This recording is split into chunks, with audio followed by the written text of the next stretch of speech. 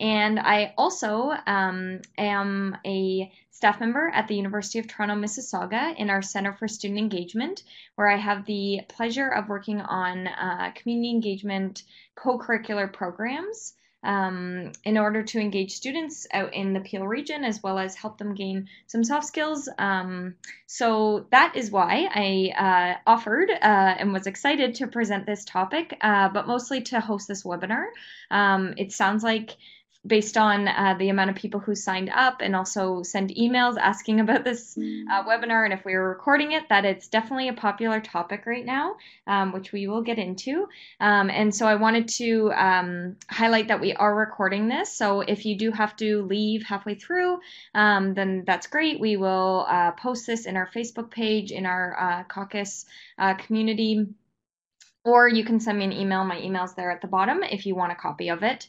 And ultimately, I'm really hoping that this starts a conversation, not a webinar that people are just going to tune into to hopefully get all the information, because I will admit I'm not an expert in this topic, but it's something that I'm very passionate about, both based on my professional role here at UTM, but also personally. I'm also a master's student at the Ontario Institute for Studies in Education, and I found that a lot of my research, a lot of my papers, a lot of my personal passion has definitely started to be around this topic and thinking about it from many different lenses. So I'm very excited to present this today.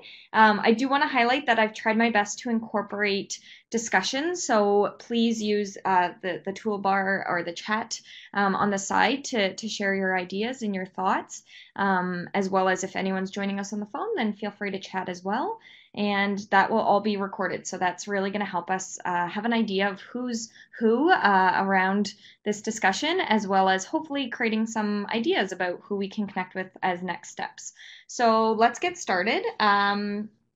And I just want to provide everyone with a little outline of what we're going to be chatting about today.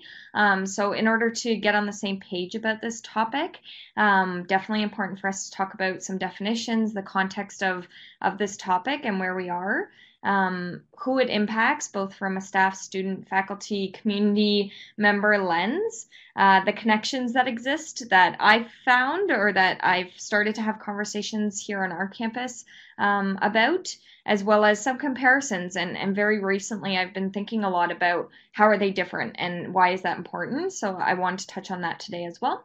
And then definitely some next steps, which I think is key. We only have an hour, and the amount that I've worked on this topic over the last 7, 8+ months here at UTM with my colleagues means that there's lots to do from here. So this is definitely, again, not a 1 hour we'll have all the information covered, but an idea of where we can start going.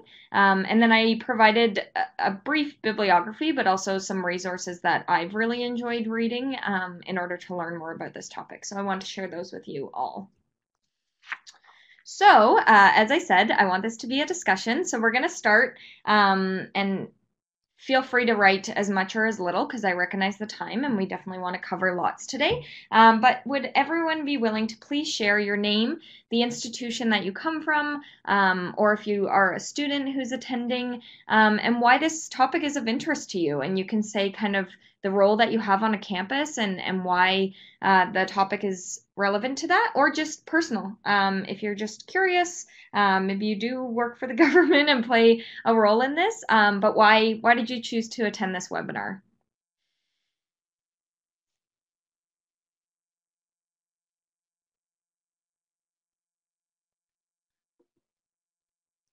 Now we have the awkward pause of me waiting for everybody to quickly type. So Sandy's from Brock University, and she supports all forms of experiential learning on campus. Good for you, Sandy. That's awesome.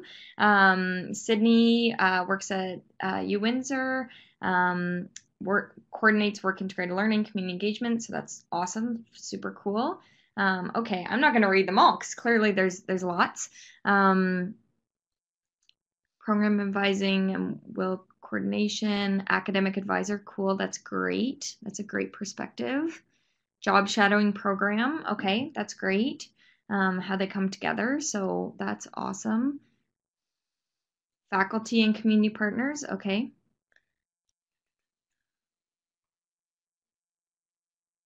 We have a professor. That's fantastic. And joining the COP. Yay, that's awesome. We have my colleague here at UTM, Michelle, who works on this topic with me. So that's awesome. Thanks, Michelle, for joining. Claire, awesome. Fantastic. Okay, so this definitely gives us an idea of, again, me sharing. I am not an expert in this topic, and clearly there is a lot of knowledge that can be brought to this conversation. So I'm really excited, and thank you all so much for joining, because it sounds like we have a very wide range of both people who probably have a lot of knowledge about this topic, and lots of people who are maybe just starting to think about it and to think about how it impacts their work, or maybe that it's just an interest because it hasn't quite come up yet.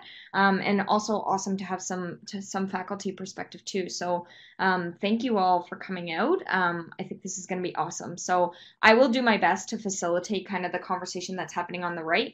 But again, feel free to chit chat, because as if we were all in a room, which is the benefit of having webinars like this, is that we get to pretend that we're all in a room. So it's great for us to maybe have some chit chat, and I won't necessarily kind of take too many pauses to read everything, but feel free to chat amongst each other as you see fit, or at the end we can exchange all of our contact information, which is awesome too.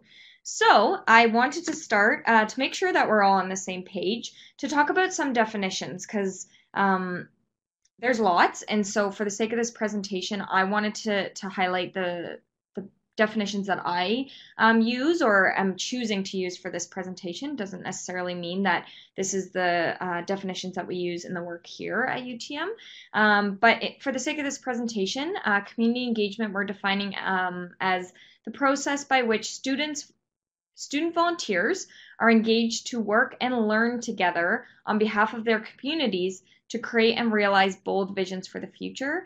That's my kind of summary of what I've read, but from one of the resources that I had, community engagement involves informing students about basically their selves understanding the community, and being able to think more clearly about the issues that exist in the community. And I think that that's a really important definition when we talk about community engagement.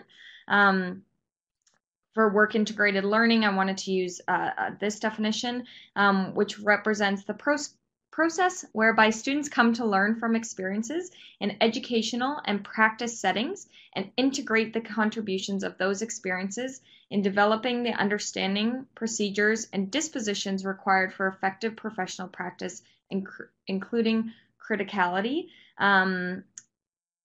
I like this definition a lot, and you will see throughout this presentation that I really like when work integrated learning is not necessarily attached to the faculty in which a student is coming from, even though that is kind of what the traditional definition has been. I think there's a lot of flexibility in terms of what we're talking about when we're saying, do students have the practical experiences and the educational knowledge in order to be in a work like setting. So you will see that. And again, feel free to disagree with me. Feel free to share your perspective over in the chat.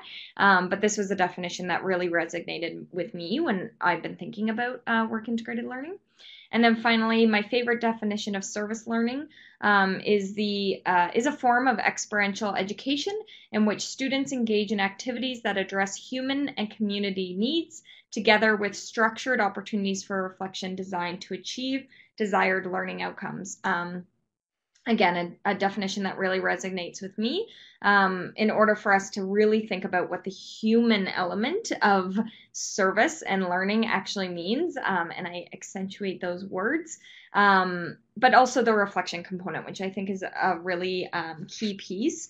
I will say that I want for all those who maybe are new to this conversation that work integrated learning is not a new topic, and a lot of the research or a lot of the definitions, etc., have existed for a long time, and lots of stuff that I was reading from early 2000s, mid 2000s, and even before. So the reason why I think this topic has come up, especially for those in Ontario, and I don't want to touch on this too much because I know that everybody is from potentially all over Canada tuning into this, and maybe even internationally. But it has become a topic that's very, I guess, very much impacting what we do here in Ontario because the government has at least expressed a strong expectation that all students will, and that's 100% of students will have some sort of work integrated learning experience after completing a higher education program. So that has definitely become a hot topic and a topic that people are very interested in.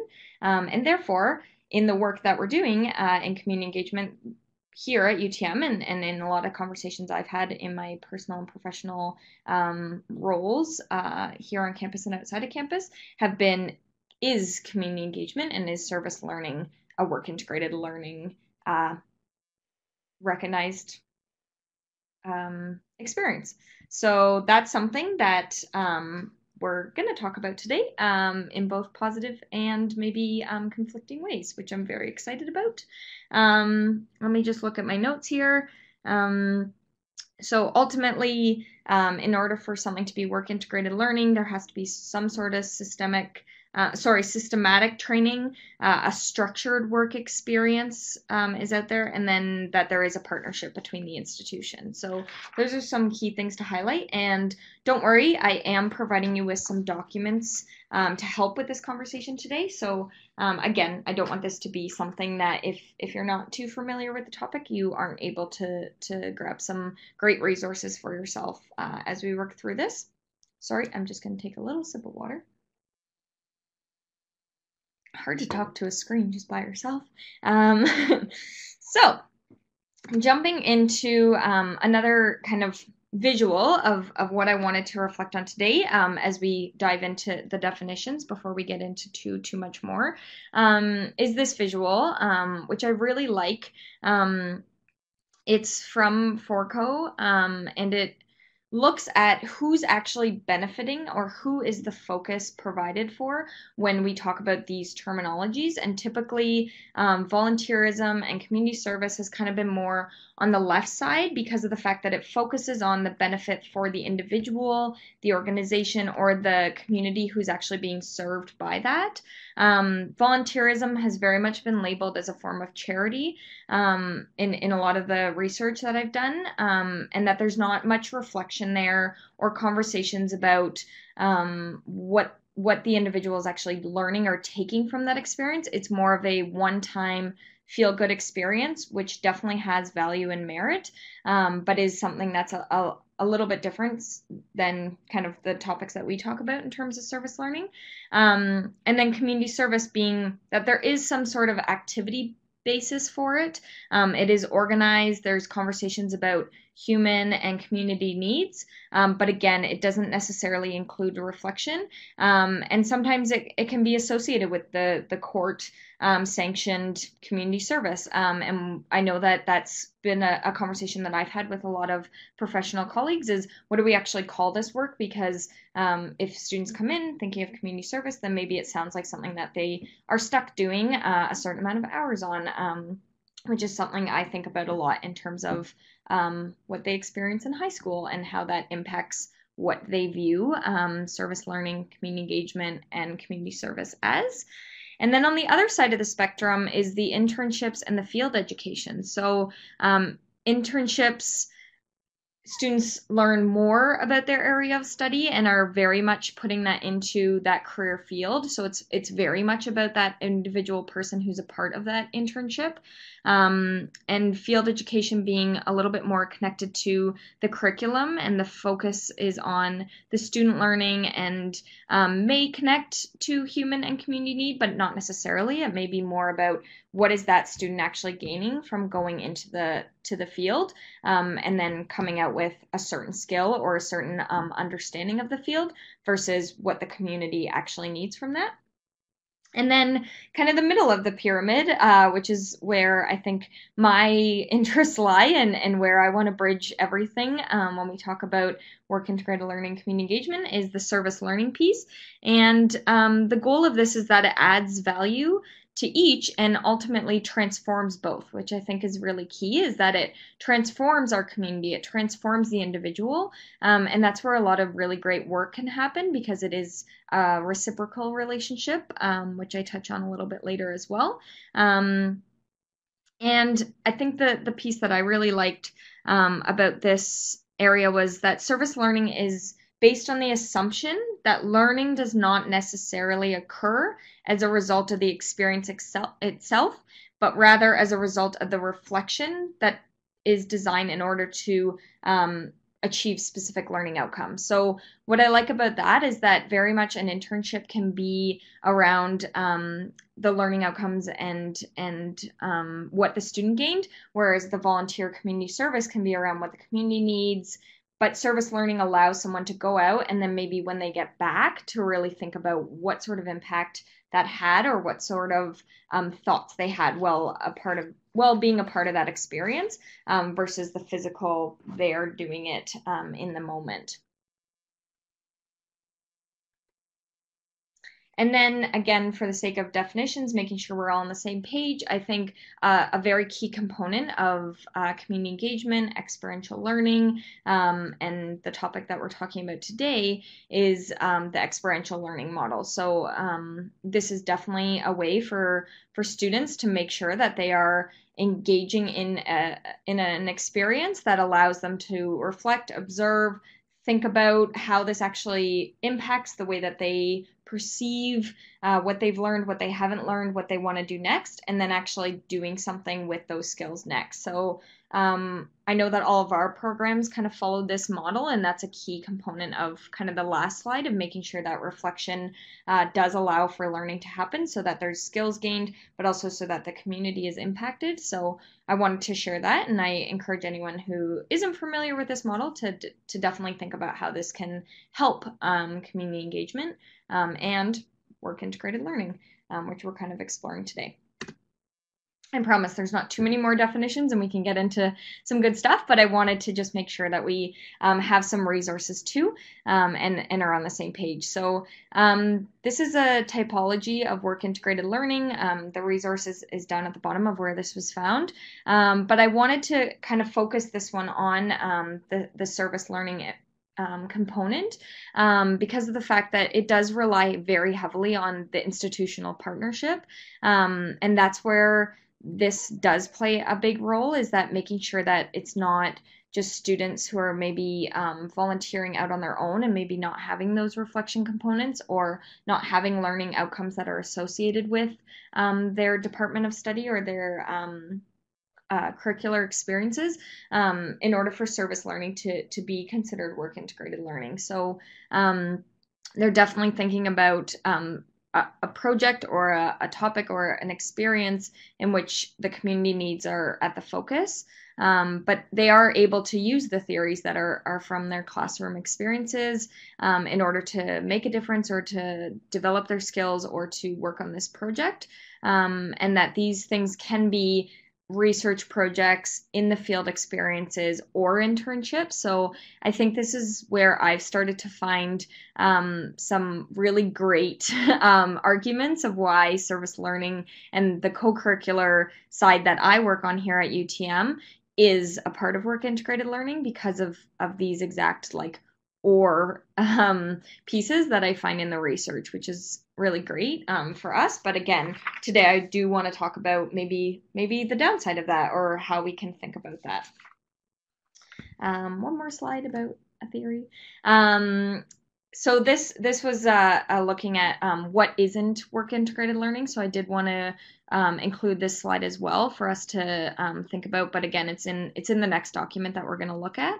But the fact that just working on an interactive simulation of a project, or some sort of capstone project at the end of a semester, working, teaching, etc. in a lab, definitely could be, depending on, but from the guiding principles for experiential education, which we are going to look at next, which highlights a lot to do with work integrated learning, shares a lot about how it is about field experience. It is about the placements.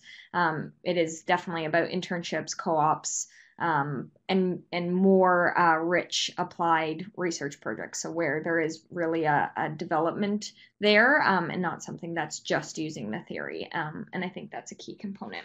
So I'm going to attach in the next slide, so just bear with me for 2 seconds, the link. So if people want to actually visit this link, just as a quick, again, brief, a lot of campuses, this one's the UTSCU Toronto link to this, but when I Googled it, a lot of campuses have this as a link from their website, because it ultimately is the Ontario government's guiding principles for what can be considered experiential learning and the way that they're defining work integrated learning.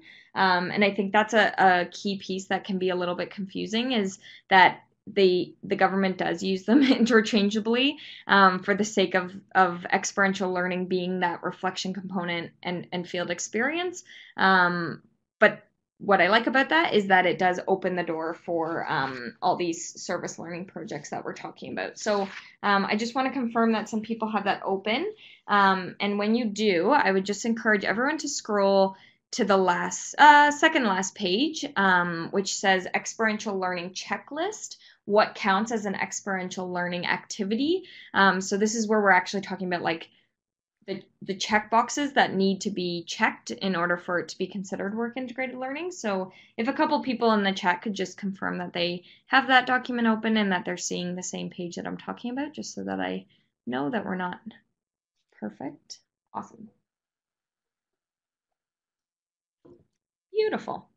So, yeah, this page is where I'll admit, myself and my colleague at the Career Center, when we were really trying to figure out like what co-curricular programs can fit, and how can we address the needs of what our campus is starting to talk about when we talk about work integrated learning. We got really excited because we were kind of doing the check boxes of a lot of the programs that we run, and that's the components around, I think, especially it being a simulated workplace, so that there is maybe some experiences that take place. So not necessarily just a workplace, but a simulated workplace, which has a lot of opportunity there.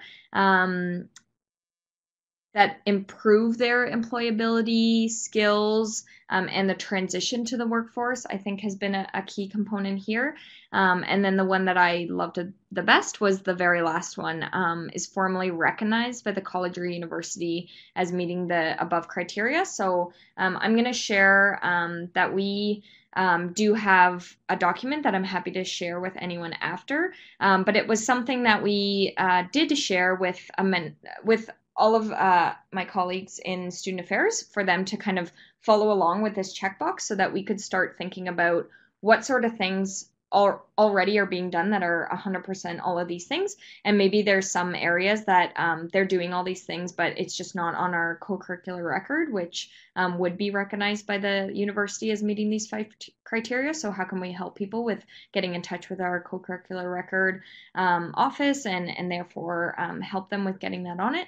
Or is there some components where the Career Center can help, or the Center for Student Engagement can help, or some faculty can help?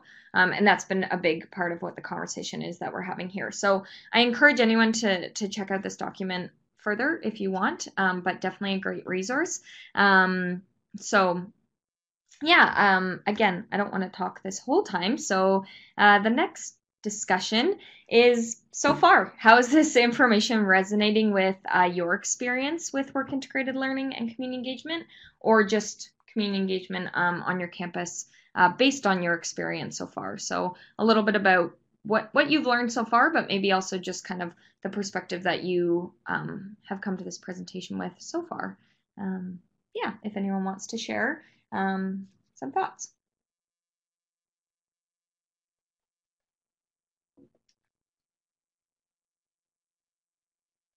And again, this can be more of people kind of saying, I'm not quite sure, I'm still marinating, I'm still thinking.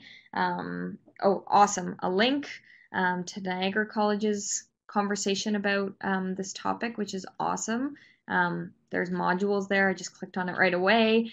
So clearly they're definitely thinking about what needs to happen, how you can go through these modules to experience that. So that's awesome.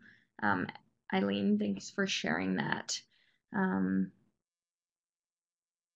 Wow, 31 online modules. That's incredible. That's amazing. Um,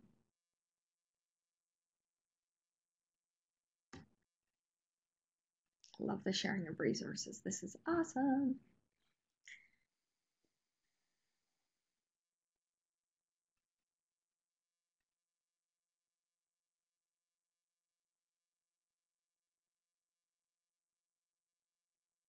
I agree, Claire. I think there's definitely some stress about work integrated learning and therefore people getting a little bit caught up in terminology, and that's something that I wanted to discuss later as well, is making sure that we figure out the definitions. I think that's really key because there's a lot out there, and I think that's really important for each higher education institution to define for themselves, because that can take all of the offices who are working on this topic in a very different direction, depending on the way the school defines it versus the government.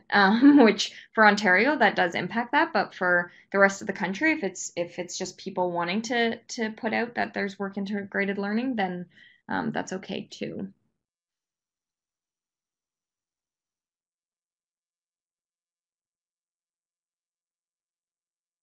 Great. So that's a perfect example that a capstone project is considered work integrated learning when there's an industry partner involved, and that's really important because again, just going off of that document to say nope, no capstone projects. Well, what about if those other pieces are aligned and the checklist is being done? So yeah, thank you for sharing that because again, comes back to definitions and why that's important.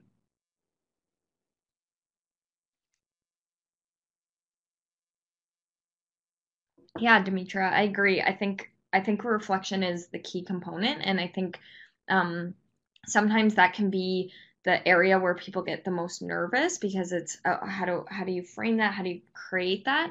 But I think something that we're definitely working on, and why collaboration is so key is that can we make it so that students are able to connect the experiences that they've had in the classroom and the topics that they learn in the classroom and the learning outcomes that those departments have created in order to help students to maybe make those connections, versus us trying to basically reinvent the wheel to say like, yes, this opportunity connects with this and this and this and this. Why not have the student who's actually coming from that classroom environment to really think about how is this curricular or co-curricular volunteer opportunity out in the community resonating with what I'm learning in class, or maybe why is it challenging it, that as well, which is important. Any other thoughts so far? Yeah, absolutely.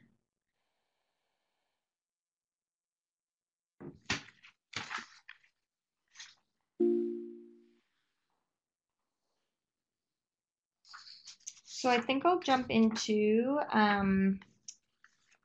the next slide, which is what I so far have foreseen as the value of connecting work integrated learning and community engagement. So selfishly, as someone who's worked on community engagement programming for a number of years and that being co-curricular, I had a huge woohoo moment when work integrated learning started to become a really hot topic here at UTM.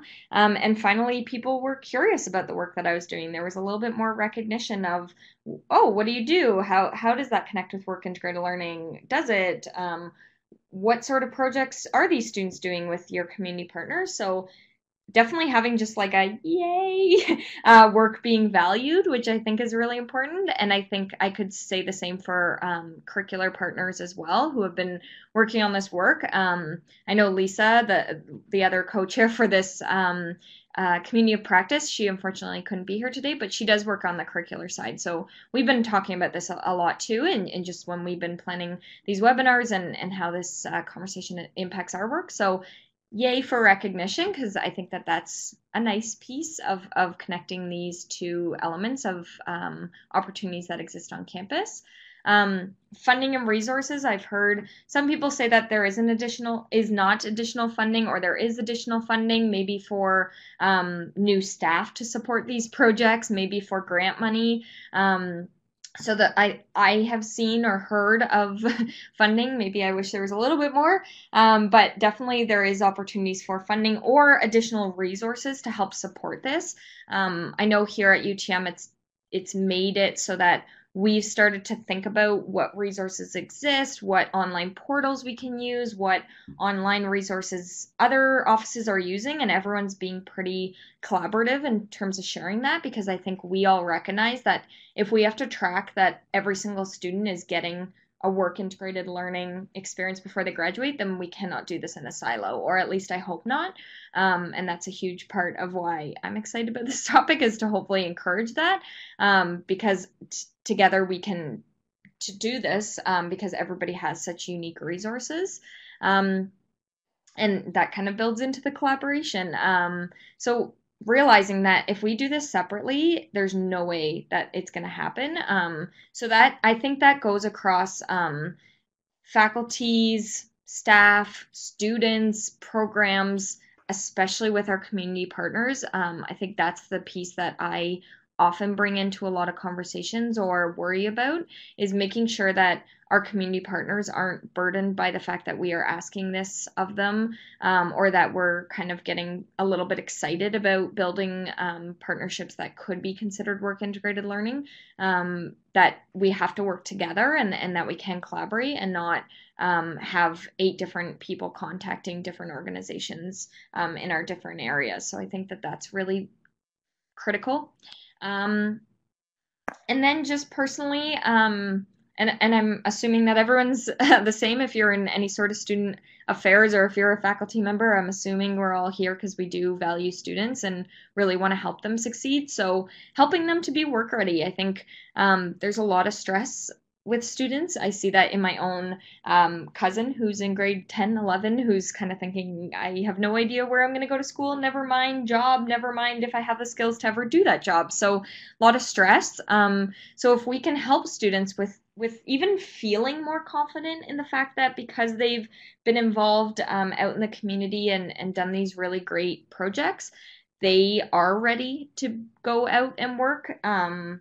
And that can allow them to have that confidence to go into job interviews, to feel more comfortable, which would be amazing. And I think at the end of the day, people are looking for jobs. We have to be realistic of the fact that that's a motivating factor for a lot of people, and that is important for everybody. But also community ready. And I think this is the piece where I've really struggled with thinking about this conversation around work integrated learning, community engagement, is that I really hope that all of our programs and why we create these programs is that students care about the communities that they go into, that they realize that every community has needs, and that there's people in each community who may need a little bit of extra support, who maybe there's lots of organizations that are doing unbelievable work, and I am so grateful for my job because of the fact that I get to work with students, but also with some incredible community partners who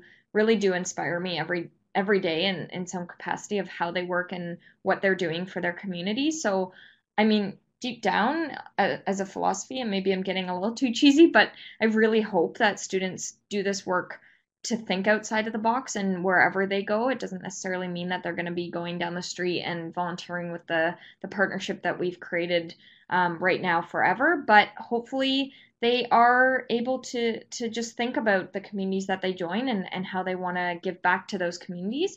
And I think that's a key piece, is not making this necessarily a checkbox, even though the work integrated learning kind of forces us to, making sure that it is very much appreciating students.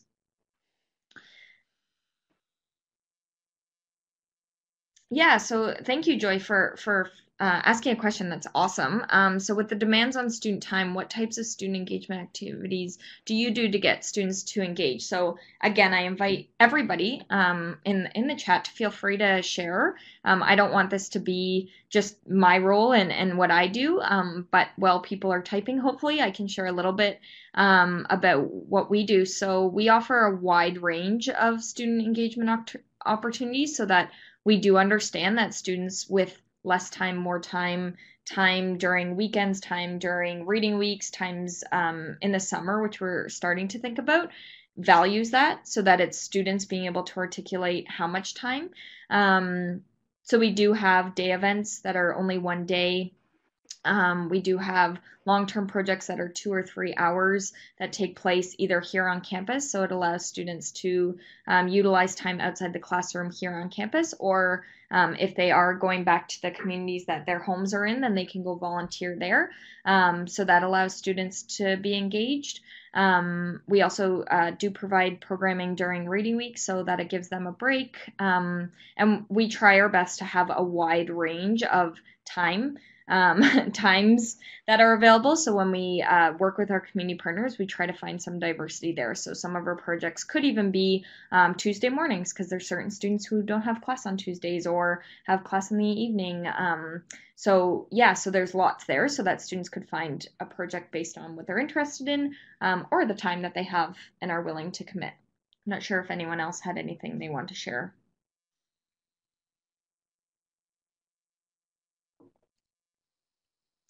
Yeah, so communication, that's a great question.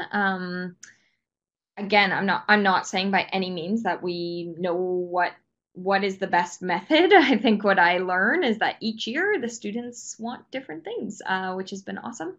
But social media is key. We have a monthly newsletter that goes out that we have students, community partners, faculty, staff, um, all a part of that they can learn about what's coming up.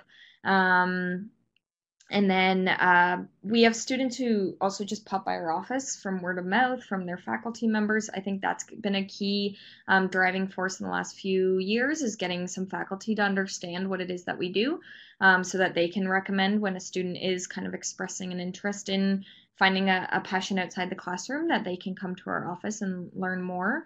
But yeah, Joy, I totally agree. There's definitely that question is what works communication wise, and if anybody has the golden ticket of what works, then I would love to hear it because we have definitely had struggles with students actually attending or saying that they want to come and then last minute not coming. I think that's been a big factor. I've been thinking a lot about that with colleagues about why is that we didn't market it well? Did we do anything? Was it just that students kind of got stress of school, or is it the added stress of other things going on, part-time jobs, family expectations, friends, um, or just maybe social media or etc. So it's definitely something. So if anybody wants to share kind of their experiences with that, then that's great. Yeah, Michelle, thanks for saying word of mouth. Yep. So even like students supporting those programs and being able to share that with friends or colleagues in classes is great. I'm gonna keep going along, but people can kind of keep having this discussion on the side. And thank you again, Joy, for asking that. I think that's a great conversation starter in terms of a topic that I know for sure on our campus we're talking about a lot, especially in the summer months. So thank you for that. Um, so and kind of building on, so going back to the community ready that I was talking about is something actually, and I'll give credit where credit is due. My colleague Michelle, who's in this chat, took a course, and this was something that she had found in one of her readings, which is that the not-for-profit sector is a huge part of our workforce. It's a huge part of our economy. There's lots of paid employees. There's lots of full-time equivalent volunteer opportunities. And for me, this was something that I think we all knew, but I had never really thought about and seen the numbers like this. And so it was kind of a aha moment that what we're talking about here is that these students are also able to network with their colleagues, future colleagues, and we have actually had students who are now working at some of the community organizations that are out here in Peel region, and that's their full-time job. So I think it's dangerous for us to say all of our community organizations are only for volunteer opportunities, and that all the big companies and the more profit private companies are the ones where the students are going to get the jobs, because there's amazing jobs out there that do exist in community engagement and in not-for-profit organizations. So I think that's been something that we have started to highlight in presentations or in conversations when we're talking about this topic, because yeah, it's just as much networking and getting students to realize that there's so many different jobs out there, and that the workforce is made up of many people working for these not-for-profit organizations. So I don't know if that resonates with anybody. Maybe it's just me who's a little behind, but I kind of saw this when Michelle shared it, and I was like, yes, wow, like we've never touched on this when we talk to students about why this work is relevant for them. It's always been about developing those soft skills, or about giving back to the community, or about getting involved outside the classroom and how that can help them with their grades, etc.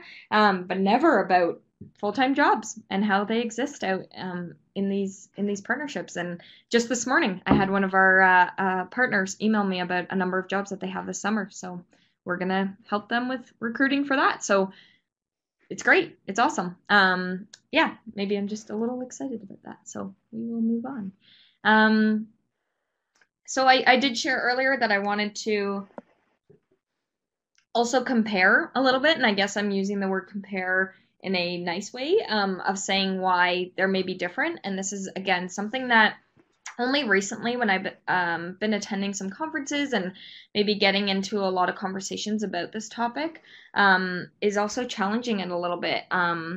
So the first one being bandwagon. I guess I have a little bit of a hesitation of all of community engagement and all the amazing work that we do just jumping on this bandwagon to be like, yeah, it's work integrated learning, let us let us be a part of that conversation, because of the fact that there is amazing work that's being done in community engagement, and I want to make sure selfishly that that work doesn't get lost or changed too much, because of maybe the needs of what work integrated learning is from the government's perspective, but also maybe from the institution's perspective. If, again, going back to what Claire said about the value of definitions, if a university or your institution or a college or the post-secondary that you're thinking of or a part of has a very different perspective of work integrated learning, and we try to make all of these community engagement projects fit into that, then we may actually lose some key pieces. So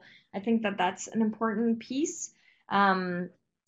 Again, going back to that reciprocity of making sure that the community organization, so what organizations' needs are, but also the community needs, so the people that these organizations are serving. Again, if we get too caught up in it's work integrated learning for our students and they need all these things in order for that to make it check that box, then maybe we start, I guess, not talking to our community partners, or not realizing that their needs may be a little bit different from what we're saying our students' needs are, or we're trying to put it a round peg in a square box, I guess, so that it does fit, and that could do some detrimental or have some detrimental impact on our community and those who our community partners are serving.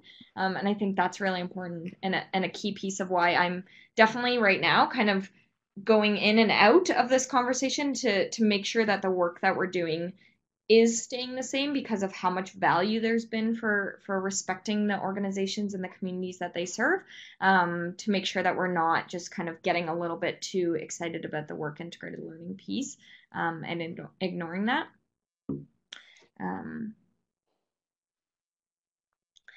I guess going back to that like philosophical conversation that I shared earlier about students gaining work experience and students having a better understanding of community, I think, again, making sure that students don't just believe that the community needs must benefit them. So if we get a little bit too caught up in saying, and again, this comes back to some conversations we've been having here about that co-curricular record validation system, that sometimes students may think, yeah, I want all the things that are CCR recognized to be the things that I do, and maybe that takes away from the fact that they should be thinking about what the community needs are and how they can use a lot of the resources or the knowledge that they have to help benefit the community versus their own needs. So making sure that's on the CCR, or making sure that they get the work integrated learning piece. And that's something that definitely philosophically sits in my heart and my head when I think about the work that we're doing, because we can get caught up in that a little bit. And I think I say a lot to the peers that I work with, the students that we work with, especially our student staff, is making sure that, yes, maybe to get students in the door, we kind of have to say it's CCR recognized, or it'll help build your resume, or whatever those kind of key terms are, because they're worried about that.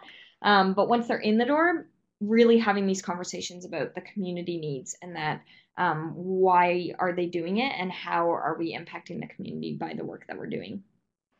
And then the neoliberal impact that this has on education, that ultimately we're just trying to get students to be the best workers that they can be. And in my master's classes, we've talked a lot about, like, what is education? Is it basically just a factory to output a certain product, which is the best students, and the students that come from X discipline are therefore the best workers in this discipline, and does that allow for some freedom and flexibility of students being able to maybe think outside that box, and the purpose of education maybe being a little bit more about preparing students for the communities that they're part of versus the jobs that they should be acquiring. And I think that definitely resonates with me in terms of the communities that I hope to be a part of, and that it isn't just about all the jobs that we have out there, but is it about thinking when you get home from work, are you volunteering, or are you helping a neighbor? Again, I don't want to get too philosophical, but are we able to think outside of the dollar signs at the end of our paycheck, and the jobs that we have, and the skills that maybe we've gained from those jobs that can actually really help build a better community, a safer community, a community for those who maybe aren't represented, or are in more need than others. So that's something that's definitely sat with me recently. And also just, and these kind of tie into the other components, but the value of giving back because of your passion to do that, or your interest that you have versus career. So this is a conversation that we definitely have a lot when we're just chit-chatting around the office, but also with partners, faculty members, staff, peers who work in this work with us, is that students who, let's say that we have a science student who's just really interested in being able to do some communications work out in the community. Do we get caught up in that of saying, okay, you're a science student, you have to go and do, you have to work with our partner that does Let's Talk Science around STEM work, around the science component of STEM? Or can we say, what are you interested in? What do you like? What are you maybe not engaging in the classroom that you'd love to give back, or maybe a skill that you have developed just kind of on your own? We have some wonderful students who are amazing at developing curriculum or websites, or can really do amazing presentations, despite the fact that their curricular experiences have never been about that. It's just been something that they've been really interested in outside. So that's something. These are kind of the things that I've been marinating a lot on, and I guess I'm kind of curious now, after talking a lot to a computer. What is the value that some of you kind of from the previous slides see in combining community engagement work with work integrated work, and then what sort of hesitations that you maybe have? So let's start with the value. And again, we don't have too much time, but there's not too many slides left, so we can get into more of a discussion for the next maybe 4 or 5 minutes. But yeah, let's start with that first question: is what is the value that you see in combining the work? what have you either experienced or learned from this presentation?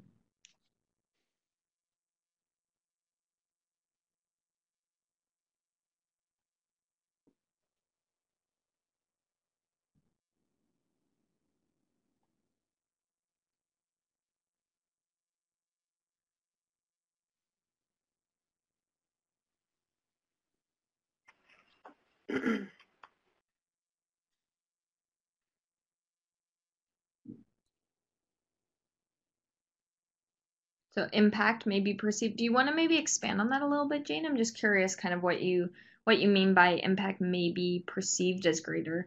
Do you just mean like for the community partner, for the impact on the student, for the impact on their grades? Just curious what you are thinking when you say that. Oh, got you. So greater impact in terms of being able to help the community versus helping a for-profit. Yeah, that's definitely something.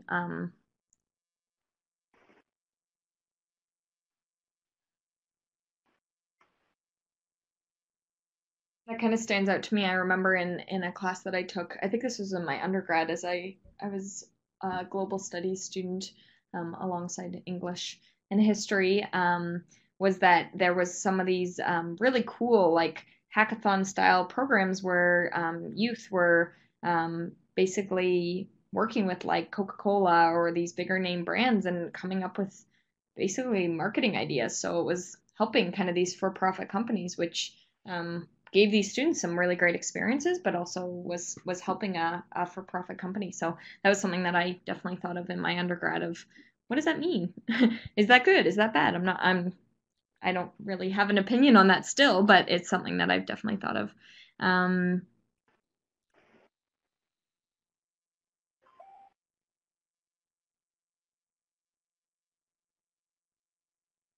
Yeah, thank you for sharing that, Claire. And I understand that by being in sustainability, your students probably ultimately are thinking about the community and the impact of the work that they do, never mind the personal kind of attachment of what sustainability means. And I'm sure that they're learning a lot in class that applies to kind of personal and professional goals, but that resiliency piece, I like that a lot. And the long term success, I really like that. That we're not just thinking again about a checkbox, but like what happens in 5, 10, 15 years when a student has maybe done that one thing in university to get that one job right after they come out, but then what happens 5 years from now if they leave that job or choose a different job or are doing that job but not quite seeing the value anymore, and how can these things maybe help with that, I think is key.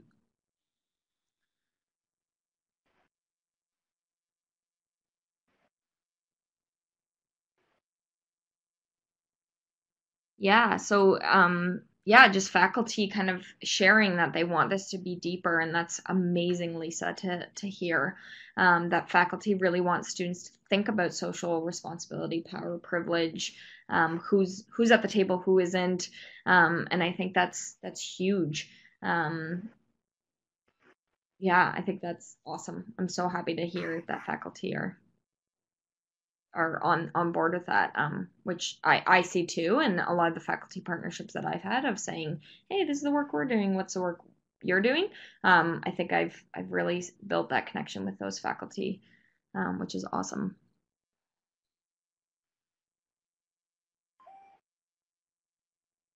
Yeah, I agree, Lisa, and that's something that was a big component as I put this together was how do we find that happy medium of making sure that stuff doesn't get lost? I think that's something that I'm thinking about, marinating on, trying to figure out. Yeah, and I appreciate that you're kind of pushing the conversation along to hesitations because I recognize the time.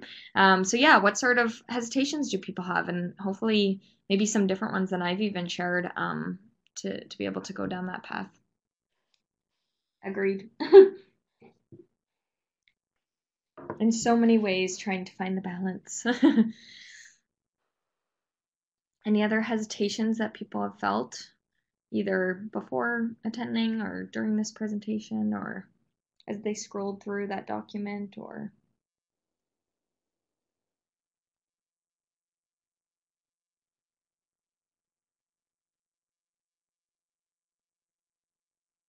Yeah, community capacity, that's key.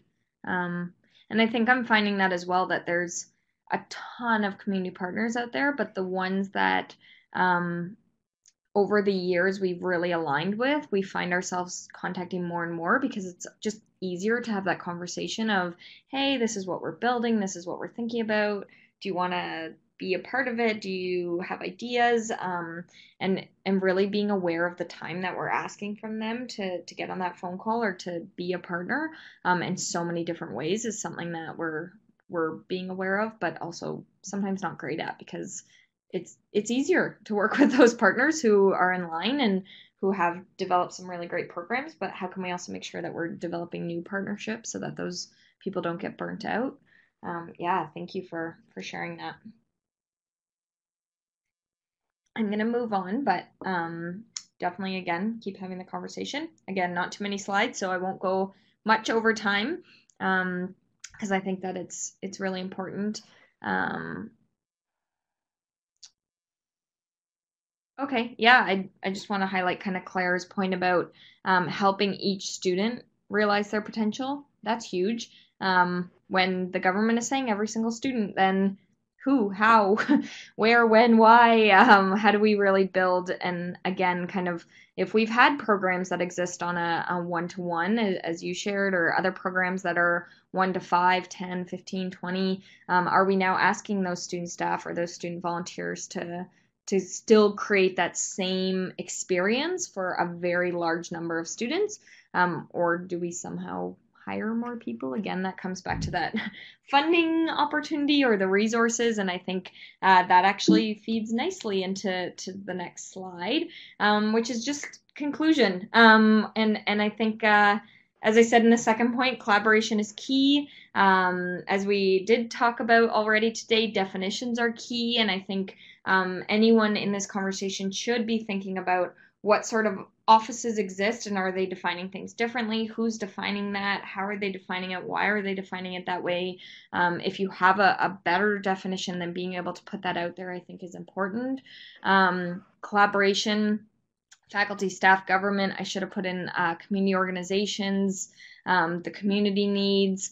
Collaboration is absolutely key. We need to figure out a way to do this work. And I put government in there because I think there has to be conversations about what is the actual expectation or how are they tracking it, who's tracking it, what are they doing with that information so that we have a better idea of how to provide that information. Reciprocity for community organizations is a must. I think that comes back to what we talked about earlier is making sure that we don't lose this work of what the community needs and how do we make sure that it's for both our students' benefits but also for the community's benefit. Making sure we don't get caught up in the flashy, the new, the exciting, where we think the money is, where we think we're supposed to go.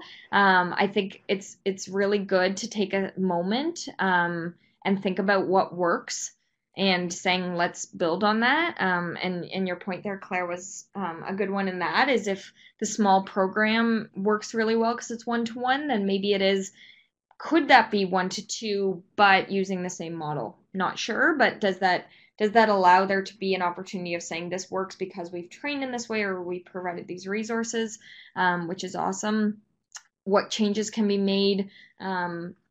Is it easy? Is it something that's not easy but can be done if collaboration happens? I think that's important is to say what do we need to change, why, but what changes shouldn't be made, what works and what is fine with just working the way it is. And I think that's a piece that we've definitely looked at is what are the programs that aren't work integrated learning but are definitely community engagement oriented, and we'll keep them that way, and that's okay, and they'll keep providing what they need to provide for our students in our community, and that's a-okay.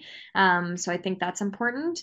And in terms of next steps, I'd love to keep this conversation going. I think this has been so rich. It's definitely given me a ton of ideas. I've been trying to kind of take notes where I can, but I'll probably just watch this again to really think about what has been talked about and shared from all of you. So yeah, feel free to join our caucus community. If you're a caucus member, obviously I'd love to have more people be members of not only caucus to be able to attend the spring conferences and any kind of webinars that take place.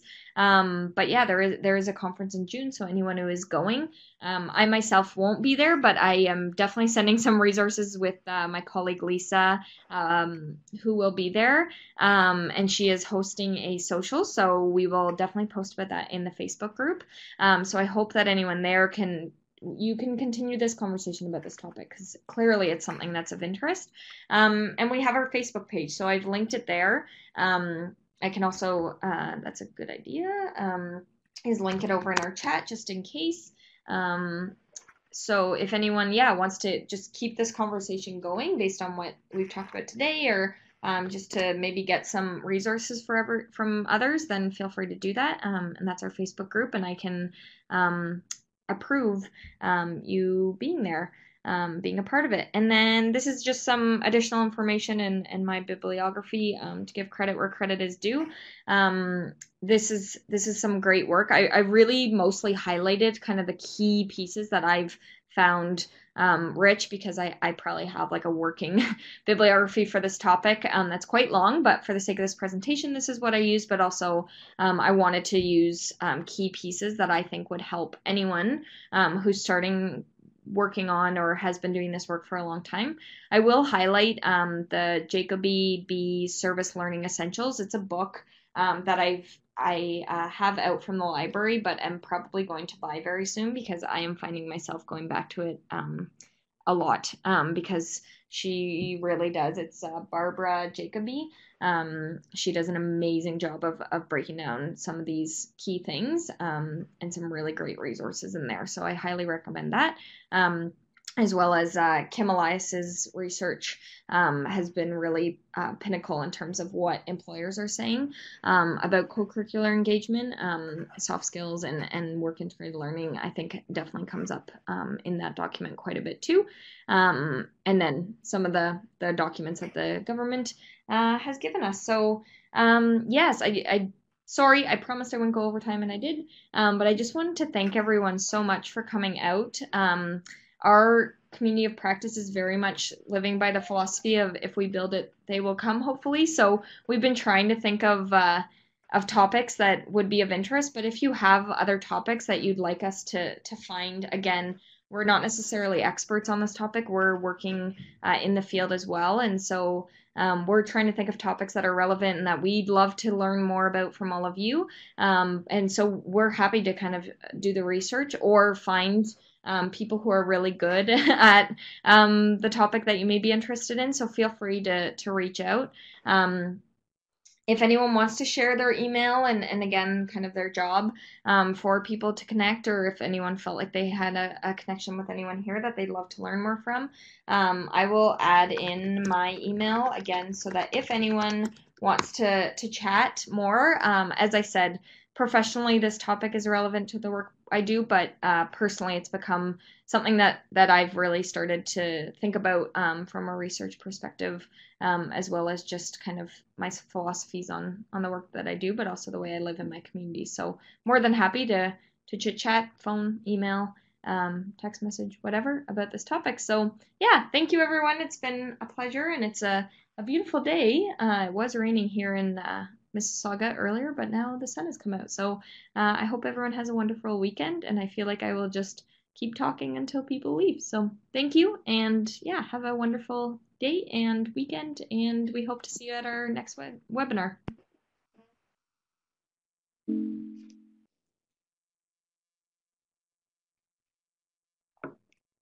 Thanks, everyone. Caitlin, you could probably stop recording if that's okay.